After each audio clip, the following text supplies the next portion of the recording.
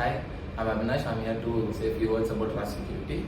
So I'm pursuing my MSc Forensic Science.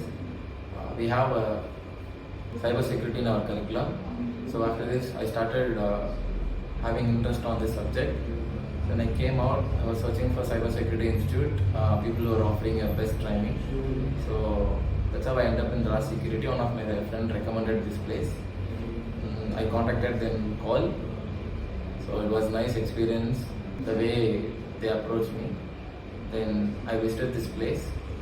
The place was very friendly, and then they started explaining about the training, what they're going to give for the next 30 days. It's a 1 month training program, so we'll be getting certificates as well. And then when my course started, the trainer was very knowledgeable, and the way the trainer explains was very clear, very polite, and like much of more friendly, interactive.